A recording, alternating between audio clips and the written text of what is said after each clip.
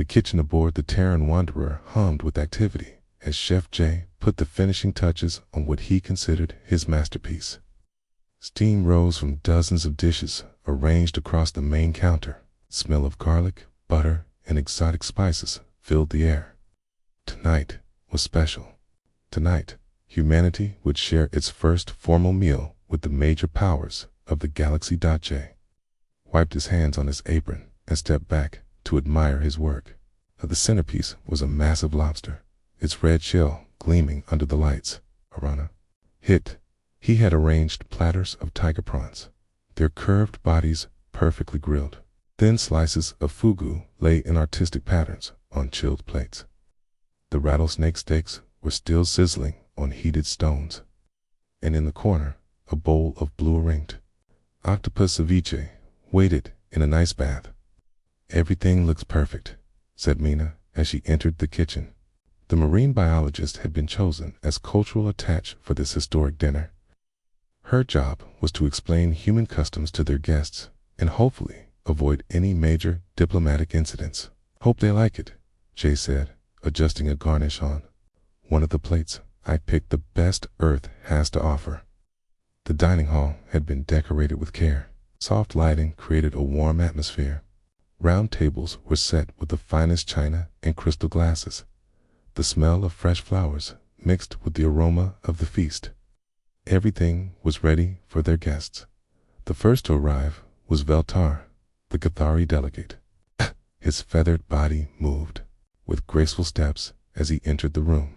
His large eyes, adapted for spotting prey from great heights, swept across the dining area. Behind him came Grox, the insectoid representative from the hive worlds. His compound eyes glittered as he examined the unfamiliar surroundings. Last came Nala, the oceanic diplomat. Her blue skin glistened with moisture as she moved carefully on her modified legs. Water droplets from her breathing apparatus caught the light like tiny diamonds. "Welcome, honored guests," Mina said with a bow. "We are pleased to share this meal with you." The aliens took their seats with curious expressions. They had expected the standard galactic fare of synthesized proteins and cultivated algae. Instead, they found themselves facing dishes unlike anything they had ever seen. Jay emerged from the kitchen, his face bright with pride. "Tonight, we present the finest delicacies from Earth. Each dish represents our world's rich culinary traditions." He began with the lobster, lifting it carefully onto the serving platter. "This is Maine lobster, caught fresh from our cold Atlantic waters. We prepare it with butter and herbs." Veltar's head tilted to one side. "It appears to be some form of arthropod. Are these creatures common on your world?" "Oh yes," Jay said cheerfully. "They live on the ocean floor, hiding in rocky crevices. They have powerful claws that can crush bones." "Huh?" The alien delegates exchanged glances. Grox's antennae twitched nervously. "You say it can crush bones?" "Absolutely," Mina added helpfully. "A large lobster can snap a human finger clean off. That's what makes them so delicious. The meat is sweet and tender." Veltar's feathers ruffled slightly. "Okay, and humans consume these dangerous creatures. Consider it a delicacy," Jay said as he moved to the next dish. "Now, these are tiger prawns. They get their name from their aggressive nature. Okay, in the wild, they're quite fierce hunters." Nala's gills fluttered rapidly. "Hunters. What do they hunt?"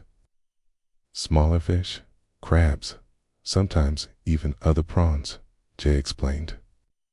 "They have excellent eyesight and lightning-fast reflexes, but grilled with a little lemon and garlic, they're wonderful." The chef continued his presentation, moving to the fugu. "This is perhaps our most prized delicacy.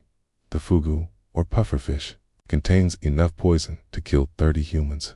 Grox's compound eyes widened. "Poison? Did you say poison?" "Tetrodotoxin," Mina said proudly. "One of the most potent neurotoxins in nature.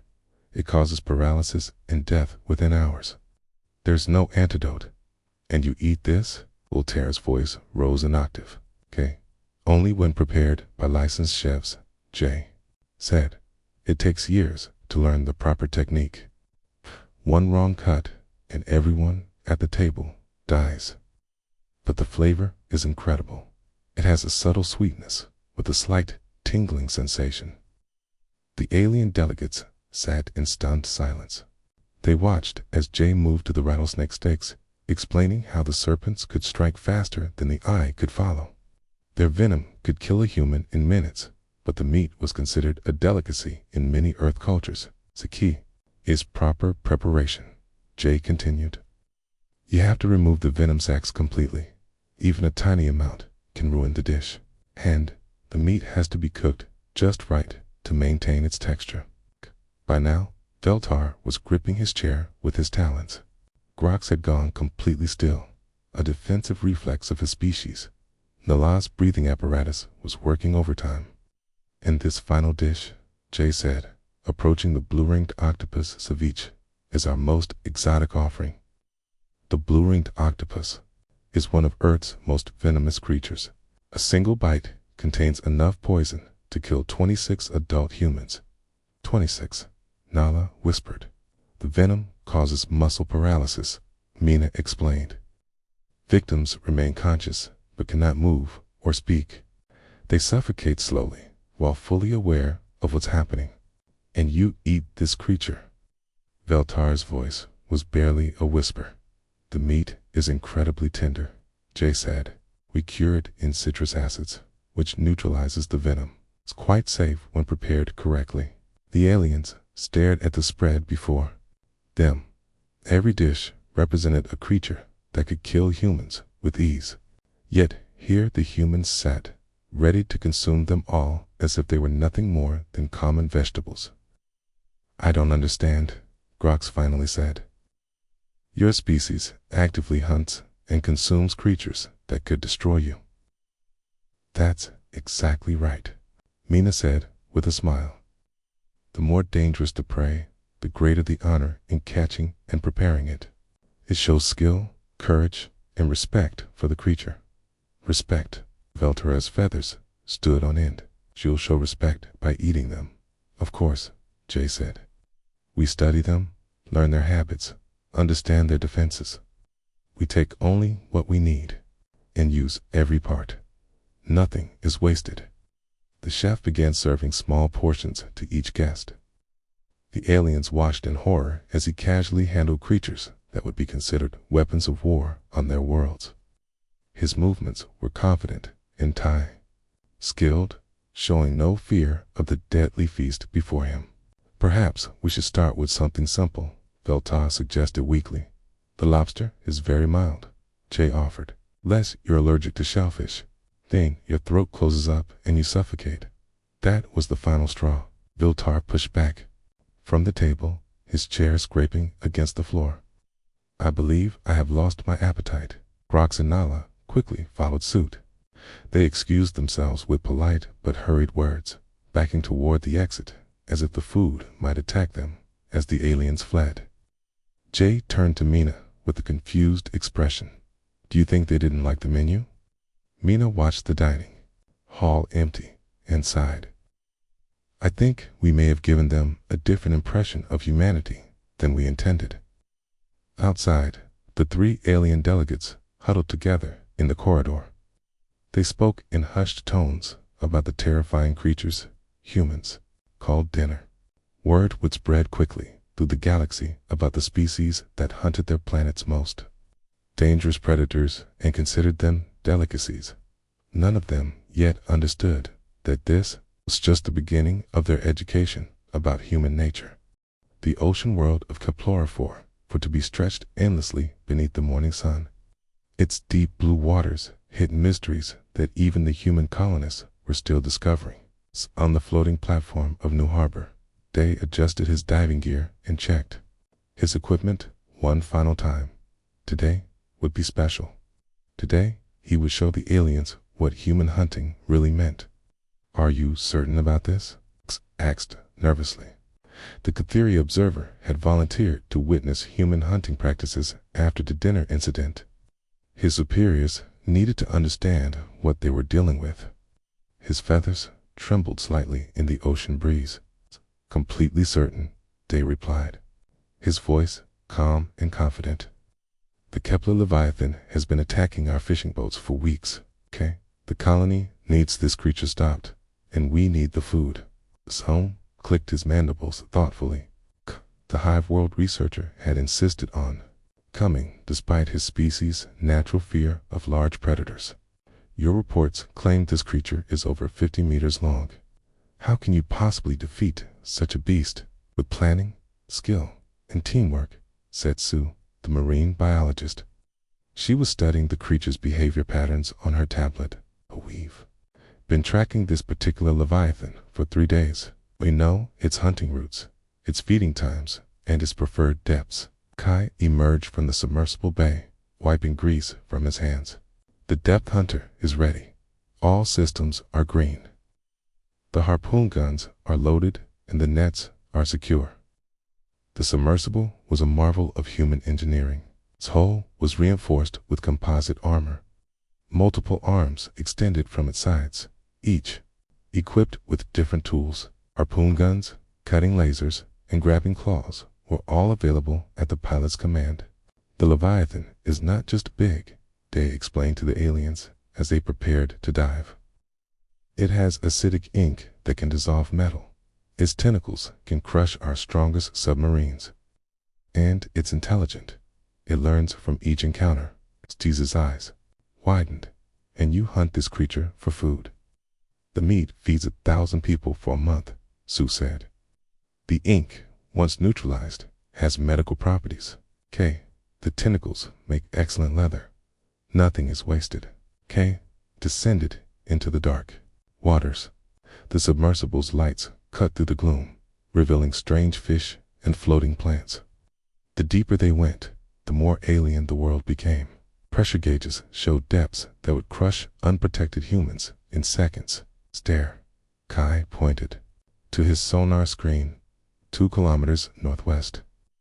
It's moving along the thermal ridge, just like Sue predicted. The Leviathan was a sight to behold.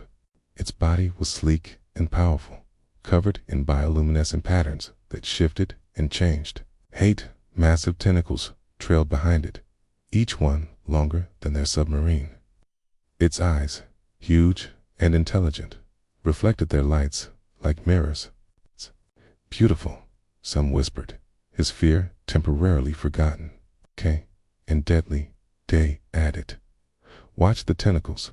See how they move. Okay, it's testing the water, looking for threats or prey. The creature had noticed them. Its patterns changed from blue to angry red. The tentacles spread wide, ready to strike. But instead of attacking immediately, it circled them slowly, studying this new threat. It's learning about us, Sue said, her voice filled with respect. This is why they are so dangerous. They don't just react, they think. So do we, Day replied. Kai, take us to position Alpha. Sue, start the sonic pulse.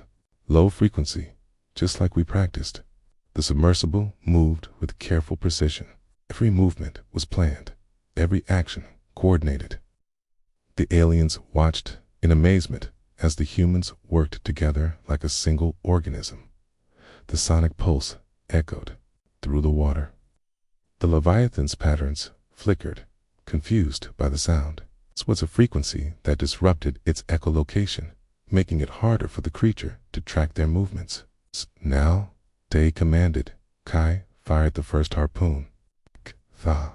Projectile shot through the water, its line uncoiling behind it. The harpoon struck the Leviathan's side, and immediately the creature's calm demeanor changed to rage. The beast's tentacles lashed out with incredible speed. One struck their hull with a sound like thunder. The submersible shook violently, throwing everyone against their restraints. Warning lights flashed across the control panel. Hull integrity holding, Kai reported through gritted teeth. But we can't take many more hits like that. The Leviathan's ink began to flow, turning the water around them black. The acidic substance hissed against their hull, but the armor held. Day had prepared for this. Phase 2, he called out. Su, deploy the alkaline cloud. Kai, fire harpoon to on my mark. A chemical cloud erupted from their submarine, neutralizing the acid ink. The water cleared enough for them to see their target again. The Leviathan was trying to flee, but the first harpoon line held it back. Mark, the second harpoon found its target. Now the creature was held by 2 lines, limiting its movement. But it was far from defeated. The tentacles wrapped around the lines, trying to snap them with pure strength. These lines are made from carbon fiber, Day explained to the aliens, who were watching in stunned silence. Each one can hold 10 tons. But look at that creature pool. It's testing the limits of our technology. The battle continued for another hour. The humans used every tool at their disposal. Cutting lasers severed attacking tentacles. Sonic pulses disrupted the creature's balance. Additional harpoons were fired with surgical precision, but the Leviathan was not helpless. It learned from each attack, adapting its tactics. When the humans used lasers, it twisted to present armored sections. When they fired harpoons, it moved to make them miss vital areas. It's like fighting another intelligent species, Zoom observed, his scientific mind overcoming his fear. That's exactly what we're doing, Sue replied, and that's why we must show it respect. The end came suddenly. The Leviathan made one final, desperate attack. All 8 tentacles struck at once, trying to crush the submarine. But Day had been waiting for this moment. All harpoons, fire, 6. Harpoons shot out simultaneously, each one finding its mark. The creature's vital organs were pierced in multiple places. Its struggles grew weaker, its bioluminescent patterns fading from angry red to peaceful blue. It's over, Kai said quietly. The humans sat in respectful silence for a moment. They had one, but there was no celebration. The Leviathan had been a worthy opponent, and its death would sustain their colony. Now what? X asked, his voice shaking. Now we harvest, Day replied. Every part of this creature will be used. The meat will feed our people. The ink will help our doctors. Tentacles will be crafted into tools and clothing. This creature will live on through our colony. As they began the careful process of field dressing their catch, the aliens watched. In wonder, the humans worked with practiced efficiency, but also with reverence. They spoke softly about the creature's strength and intelligence. They shared stories of other hunts, other dangerous prey. You really do respect these creatures, Zum said finally. We have too, Sue replied. They're not just food, they're teachers. They show us what it means to be strong, to be clever, to survive against impossible odds. The journey back to the surface took hours. The Leviathan's body was too large to bring up whole, so they took only the best parts. The rest would sink to the ocean floor, where it would feed countless smaller creatures. As they broke the surface, Dex looked at Day with new understanding. Your people are not just hunters. You're something else entirely. We're survivors, Day said simply. And we honor what helps us survive. The aliens realized they had witnessed something far more complex than simple predation. They had seen a species that turned mortal danger into sustenance, that transformed fear into respect, that found unity in the face of creatures that could destroy them. The reports they would send home would change how the galaxy viewed humanity forever. The festival grounds of New Busan buzzed with excitement as the annual Apex Predator Festival began. Colorful banners flew in the warm breeze, each one decorated with images of Earth's most dangerous creatures. The smell of grilling meat filled the air, mixed with spices from a dozen different worlds.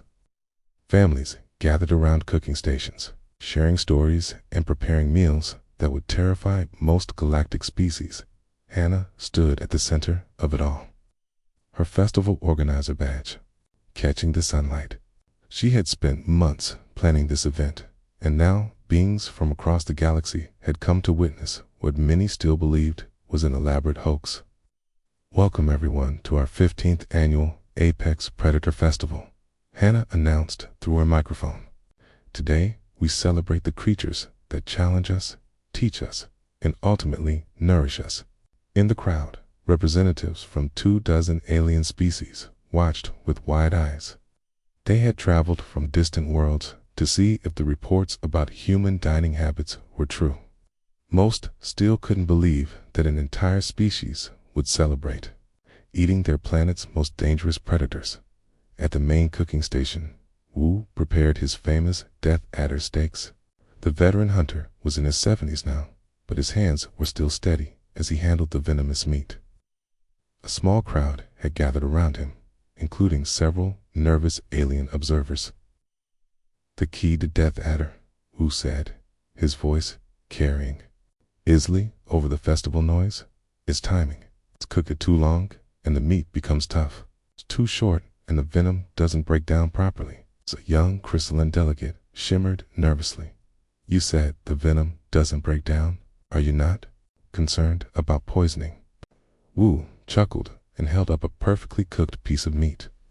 "Heat neutralizes most snake venoms, but you have to know the exact temperature and time. My grandfather taught me this technique. His grandfather taught him. We've been perfecting it for generations." The old hunter's eyes grew distant as he continued cooking. "I remember my first Death Adder hunt. I was 16, cocky as they come. The snake was faster than I expected. Got me right here." He rolled up his sleeve to show a long scar on his forearm. "Spent 3 days in the hospital, but I went back. The next week, that snake taught me respect." At another station, Jin demonstrated the art of preparing stonefish. The young chef's movements were precise and careful as he removed the venomous spines. His audience included several aquatic delegates who recognized the creature from their own water worlds. "Stonefish are masters of camouflage," Jin explained as he worked. "They look exactly like rocks on the ocean floor. Step on one by accident, and you'll wish you were dead. The pain is so intense that grown humans pass out." One of the aquatic delegates gurgled a question. "Touching this creature causes such agony. How do you catch them?" "Very carefully," Jin replied with a smile. "We use special tools and protective gear, but the real skill is in the preparation. You have to remove every spine, every venom sac, every toxic organ. Miss even one and the whole dish is ruined." The chef held up a piece of perfectly cleaned fish. But when done right, stonefish has the most delicate flavor, sweet and tender, nothing like its deadly reputation. Children ran through the festival grounds, laughing and playing games. The alien observers watched in amazement as human youngsters learned to identify dangerous creatures, practiced proper handling techniques, and listened to hunting stories from their elders. At the education tent, families gathered around displays showing different predator species. Parents taught their children about venom types, hunting patterns, and preparation methods. What other species would consider deadly threats? Humans treated as natural history lessons. "Look at that one." A small girl pointed to a display of blue-ringed octopus. "Pretty colors." "That's right, May," her mother said. "But remember what those colors mean. It's danger," the girl replied seriously. "Blue rings mean very poisonous. We only eat them after proper preparation." The alien observers exchanged glances. They were watching an entire culture that had built its traditions around consuming creatures that could kill them. It was both fascinating and terrifying. The festival's main event was the Survivor's Plate ceremony. This was where individuals who had survived attacks from dangerous creatures returned to eat their former predators. The ritual was deeply meaningful to human culture, representing the transformation of trauma into triumph. The first survivor was a middle-aged woman named Dr. Park. She had been attacked by a great white shark while conducting marine research. The shark had taken her left leg, but she had survived. Now she stood before the crowd, ready to eat shark, prepared by the colony's best chefs. "This shark didn't just try to kill me," Dr. Park said, her voice strong and clear. "It's taught me about the ocean's power. It showed me how small I am in the greater scheme of things.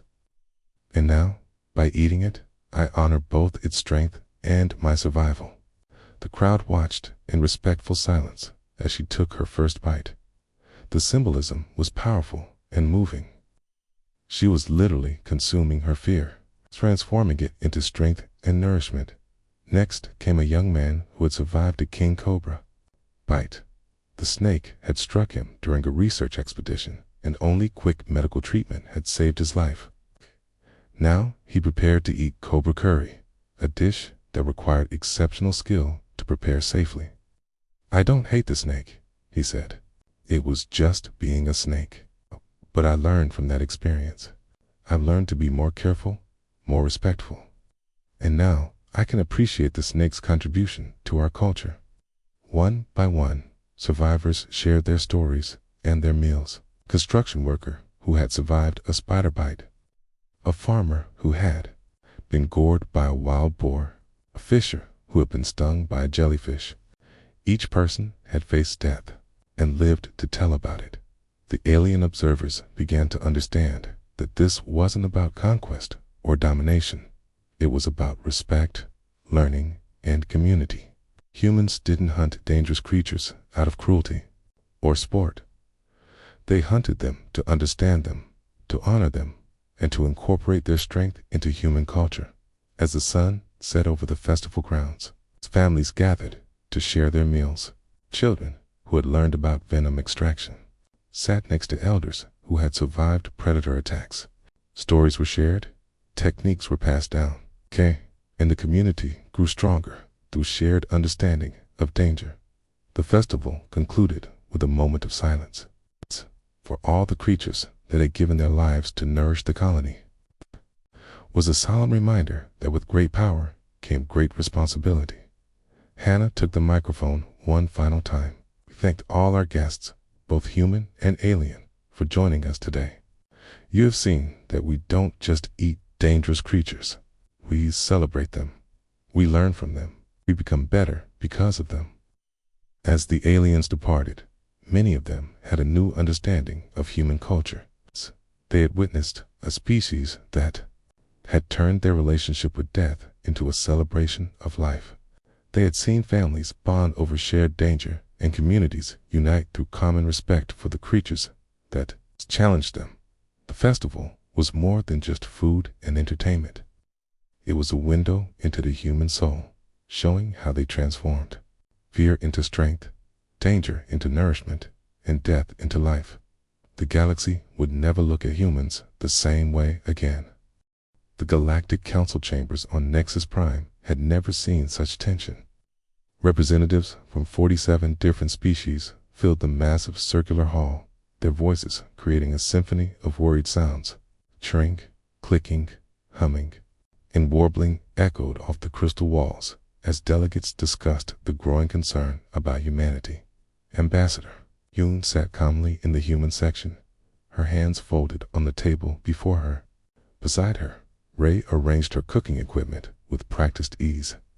The diplomatic chef had volunteered to demonstrate human food preparation techniques, hoping to ease the galaxy's fears about human hunting practices. High Arbiter Zenth called the session to order. The ancient silicon-based lifeform had presided over the council for 3,000 years, and his crystalline voice carried absolute authority. "We gathered today to address what many call the human predation problem. Reports have reached us of disturbing hunting practices and dietary customs."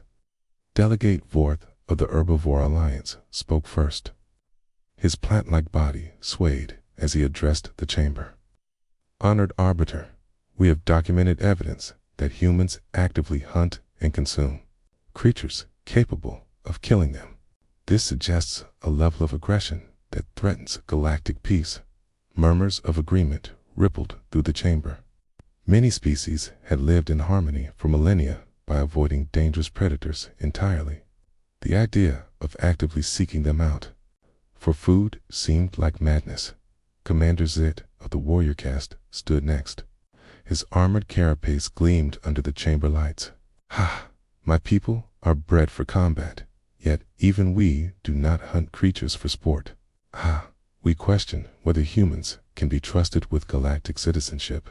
More delegates voiced their concerns. Peaceful collective worried about human violence spreading to other worlds. The Academic Federation questioned whether humans could participate in civilized discourse. The trade union feared that human colonies might destabilize local ecosystems. Finally, High Arbiter Zenth gestured for silence.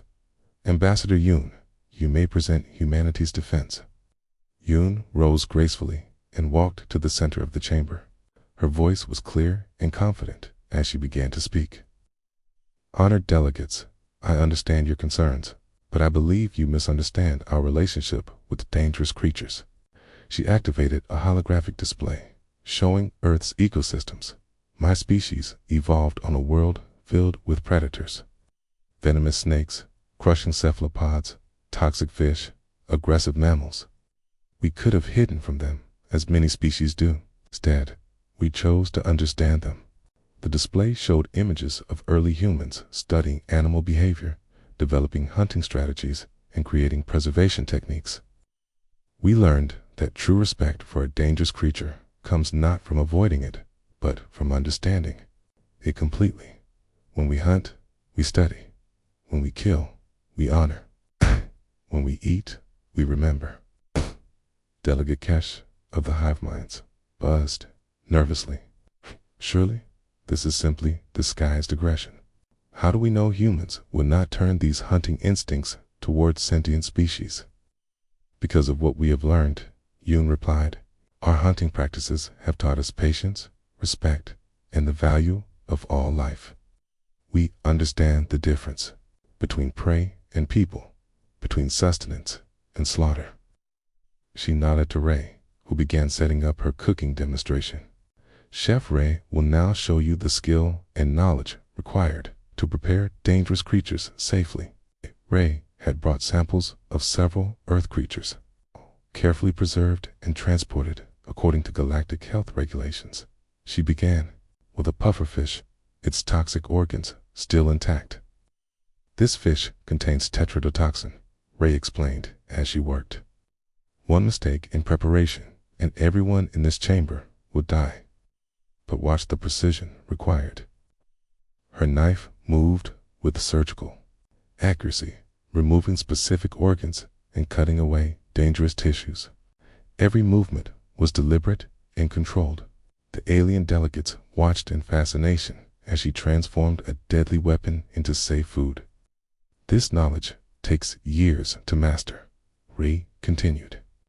"It requires understanding anatomy, chemistry, biology, and countless hours of practice. We don't hunt for violence. We hunt for knowledge." She moved to the next creature, a blue-ringed octopus. "This creature's venom can kill in minutes, but prepared correctly, it becomes medicine. The compounds we extract help treat nerve diseases and muscle disorders." The demonstration continued with each creature. Ray showed how snake venom could be processed into antivenoms, how spider toxins could become painkillers, how jellyfish proteins could treat cancer. Every dangerous creature had something valuable to offer beyond just meat. "We have learned to find healing in what harms us," Yoon said. "This is not aggression. This is wisdom." High Arbiter Zenth leaned forward with interest. "Continue, Ambassador." "Our colonies demonstrate this wisdom daily," Yoon said, bringing up new holographic displays. "On Kepler 4-4-B, we integrated with the local leviathans. Instead of driving them to extinction, we learned their migration patterns and hunting schedules. We take only what we need and protect their breeding grounds." The display showed human settlements that worked in harmony with dangerous local fauna, farmers who cultivated toxic plants for medicine, fishers who maintained breeding programs for venomous sea creatures, hunters who tracked predator populations to ensure sustainable harvests. On Proxima Station, we helped the Crystalline Confederation deal with their acid beetle problem. Instead of exterminating the creatures, we taught them to harvest the beetles safely. Now they have both pest control and a new source of industrial chemicals. More examples followed. Human colonies that had solved local predator problems through understanding rather than destruction. Settlements that have turned dangerous creatures into valuable resources. Communities that have built their entire economies around sustainable harvesting of deadly fauna. This is why we believe humans should be galactic peacekeepers, Yoon said, her voice growing stronger. We understand danger. We respect it. We know how to turn conflict into cooperation. The chamber fell silent as delegates processed this information. They had expected to hear about human aggression and violence. Instead, they were learning about a species that had turned their predatory nature into a tool for peace and prosperity. High Arbiter Zenth spoke after a long pause. You claim that hunting dangerous creatures has made humans better diplomats? Exactly, Yoon replied. When you learn to approach a creature that could kill you with respect and understanding, approaching other sentient beings becomes natural. We have spent thousands of years learning to find common ground with creatures that want to harm us. Finding common ground with species that want to talk is easy by comparison. The ancient arbiter's crystalline form glowed brighter as he considered her words. In my 3 millennia of observation, I have seen countless species rise and fall. Most fell because they could not adapt to danger or could not control their aggressive impulses. He paused, letting his words sink in. But humans have shown a unique ability to transform danger into wisdom, aggression into respect, and fear into nourishment. This suggests a level of emotional and cultural evolution that few species achieve. The chamber buzzed with quiet discussion as delegates reconsidered their positions. The evidence was overwhelming. Human colonies didn't destabilize ecosystems. They improved them. Human hunters didn't drive species to extinction. They helped maintain balance. Human dietary practices weren't signs of aggression. They were expressions of sophisticated cultural wisdom. Delegate Forth spoke again, his tone much more respectful. Perhaps we have misjudged human intentions. But how can we be certain that this wisdom will extend to galactic relations? 'Cause it already has, Yoon said with a smile. Every human diplomat, every human trader, every human explorer carries this understanding with them. We approach each new species the same way we approach dangerous prey, with respect, caution, and the desire to understand rather than destroy. High Arbiter Zenth's decision would shape the galaxy's future relationship with humanity. The ancient being had witnessed the rise and fall of countless civilizations. He had seen species consumed by their own aggression and others paralyzed by their fear of danger. The council will vote, he announced, but I will say this.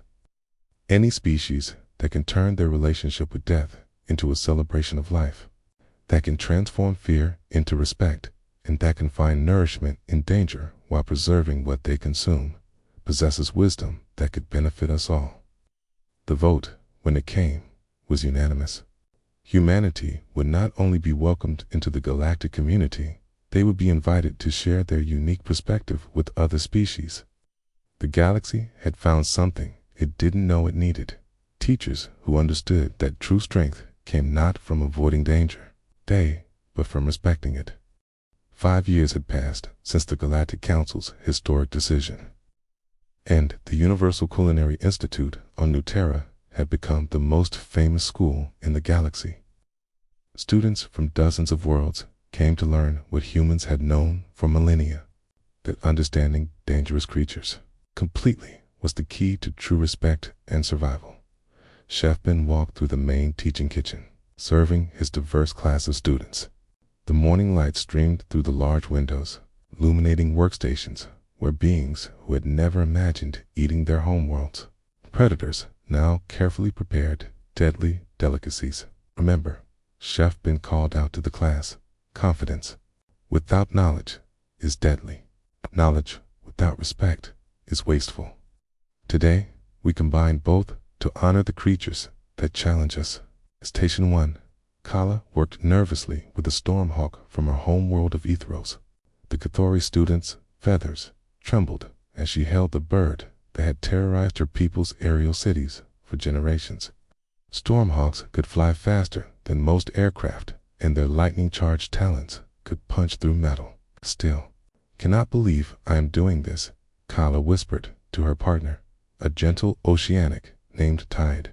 My grandmother would faint if she saw me now. That's exactly why you're here, Chef Ben said, appearing beside her station. Your grandmother lived in fear of Stormhawks. You're learning to transform that fear into understanding. The chef demonstrated the proper technique for removing the Stormhawk's electric organs. These glands store biological electricity. Remove them incorrectly and you'll get a shock that could stop your heart. But extract them properly and you have a powerful medicine for nerve disorders. Kala's movements became more confident as she followed his guidance. The Stormhawk that had once represented terror to her people was becoming something else entirely. She was learning its anatomy, understanding its power, finding ways to honor its strength. At Station 3, Deep Current of the Oceanic Collective worked with void sharks from the deepest trenches of his water world. These creatures had haunted his people's nightmares for generations. They could survive in the crushing depths where even oceanic bodies would be destroyed, and their bite could slice through the strongest metals. The key to void shark, Chef Ben explained, is understanding their pressure adaptation organs. These allow them to survive at depths that would kill most creatures. When prepared correctly, these organs can help treat compression sickness in deep-sea workers. Deep Current's webbed hands moved carefully as he dissected the creature. His people had always fled from void sharks, diving to shallower waters whenever they sensed their presence. Now he was learning that these predators held secrets that could save oceanic lives. The most remarkable transformation belonged to Elder Koth. The massive warrior from the savage worlds had arrived at the Institute as a broken being. His species had nearly driven themselves to extinction through endless warfare with their planet's apex predators. Generations of his people had died fighting creatures they saw only as enemies. For 300 years, my people fought the bone crushers, Koth said as he worked with one of the massive predators. His scarred hands, which had once held only weapons, now wielded cooking knives with surprising gentleness. We saw them as demons to be destroyed. We never thought to understand them. The bone crusher was a fearsome creature, larger than most buildings. Its jaws could snap trees in half, and its armored hide could deflect energy weapons. But under Chef Ben's guidance, Koth was learning to see beyond the monster to the magnificent creature underneath. My brother died fighting one of these, Koth continued, his voice soft with memory. My sister died the same way. I spent my youth planning how to kill them all, and now, asked Nay, the student liaison who was documenting the Institute's progress. Now, I see what we could have been, Koth replied. If we had learned to hunt them properly, to respect them, to use every part of them, my people could have thrived instead of nearly dying out. The old warrior's transformation had been the most dramatic of all the students. He had arrived angry and bitter, carrying the weight of his species near extinction. But as he learned human hunting techniques, his anger had transformed into something else. Wisdom. The humans taught me that strength without knowledge is just destruction, Koth said as he carefully removed the bone crusher's venom sacs. But knowledge with respect becomes creation. Across the kitchen, other students worked with their own deadly creatures, crystalline, carefully prepared acid beetles from their homeworld, learning to neutralize their corrosive secretions while preserving their nutritional value. Hive world researcher practiced with tunnel wasps, creatures whose stings could paralyze even their armored bodies. Each student brought their own fears and cultural taboos to overcome. But under the patient guidance of human instructors, they were learning to see their predators differently. They were discovering that the creatures they had feared most held the keys to improving their lives. The afternoon brought the Institute's most important lesson, the first pangalactic feast. Students from every species would share meals prepared from their homeworld's most dangerous creatures. It was a moment that would have been impossible just 5 years earlier. The dining hall filled with nervous excitement as students presented their dishes. Kala brought Stormhawk prepared in the traditional Cathari style, but using techniques that honored the creature's sacrifice. A deep current offered void shark steaks that gleamed with bioluminescent seasoning from the deep trenches. Elder Cod's contribution was the most moving. He had prepared bone crusher steaks using ancient recipes from his homeworld, techniques that his ancestors had known before the endless wars began. As he served the meal, tears flowed down his scarred face.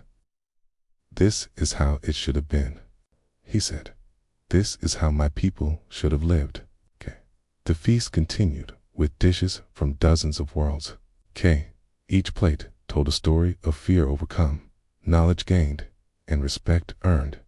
The students ate foods that their ancestors would have considered impossible to prepare safely. But the real transformation wasn't in the food.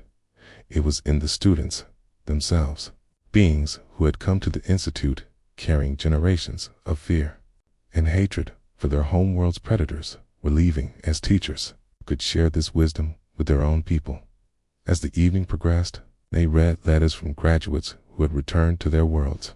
A Cathari engineer had designed new safety systems for aerial cities based on Stormhawk behavior patterns. An oceanic doctor was using void shark organs to treat compression injuries. A former Savage World warrior was teaching his people sustainable hunting practices that honored both predator and prey. The final letter came from a young crystalline named Shine Bright, who had graduated the previous year. Nay read it aloud to the assembled students and staff.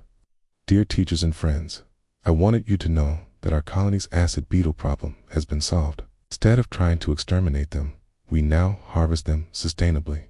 Our people have food, medicine, and industrial chemicals. But most importantly, we have learned what the humans taught us, that courage isn't the absence of fear, but the transformation of fear into nourishment for both body and soul." Chef Ben stood to address the gathering as the feast drew to a close. 5 years ago, the galaxy saw humans as dangerous predators. They feared that our hunting practices would spread violence and destruction. Instead, we have shown that understanding danger leads to peace, not war. He gestured to the diverse group of students. "You represent 43 different species from across the galaxy. You came here carrying your people's fears. You leave carrying their hopes. You will return to your worlds not as conquerors of dangerous creatures, but as their students and protectors." The celebration continued late into the night. Students shared stories from their homeworlds, teaching each other about different predators and hunting traditions. Former enemies found common ground in their shared respect for dangerous creatures as the students prepared to return to their homeworlds. Each carried with them more than just cooking techniques. They carried a new understanding of courage, respect, and the value of all life. They had learned that the greatest honor they could give to dangerous creatures was to understand them completely. The Universal Culinary Institute had achieved something that centuries of diplomacy had failed to accomplish. It had taught the galaxy that strength and gentleness could coexist, that predator and prey could find balance, and that the most fearsome creatures often had the most to teach. The humans had given the galaxy a gift, the knowledge that courage, properly applied, could transform any danger into an opportunity for growth, understanding, and unity. In the years that followed, the Institute's influence spread throughout the galaxy. Wars ended, not through conquest, but through shared meals. Species that had been enemies for millennia found peace around dinner tables where they shared foods prepared from creatures that had once terrified them all. The galaxy had learned that sometimes the greatest teachers came in the most frightening packages, and that the bravest thing any species could do was to approach the unknown with respect, understanding, and an appetite for knowledge.